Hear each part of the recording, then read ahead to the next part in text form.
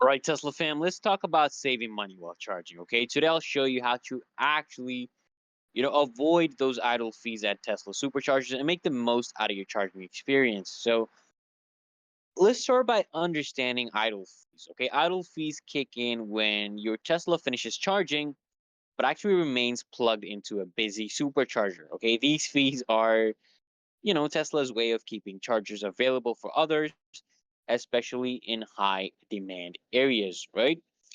So what you want to do is you want to monitor your charging progress on your Tesla app. You don't always keep an eye on your charging status using the Tesla app. You'll get a notification when your car is nearly done charging, giving you time to actually return to your vehicle.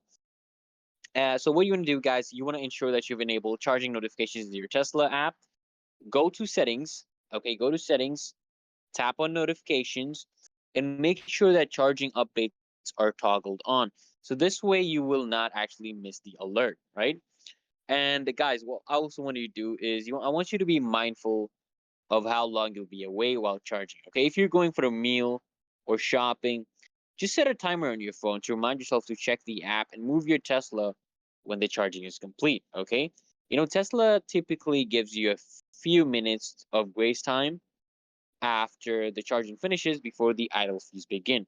So you want to actually use this window to return to the car and actually unplug it, okay? And that's it, guys. Follow these tips, guys, to avoid idle fees and keep your Tesla supercharging hassle free, guys. Also, guys, I want you to hit the link in the description to find out ways to upgrade your ride even further, guys. Make sure you subscribe to the channel, and I'll see you guys in the next one.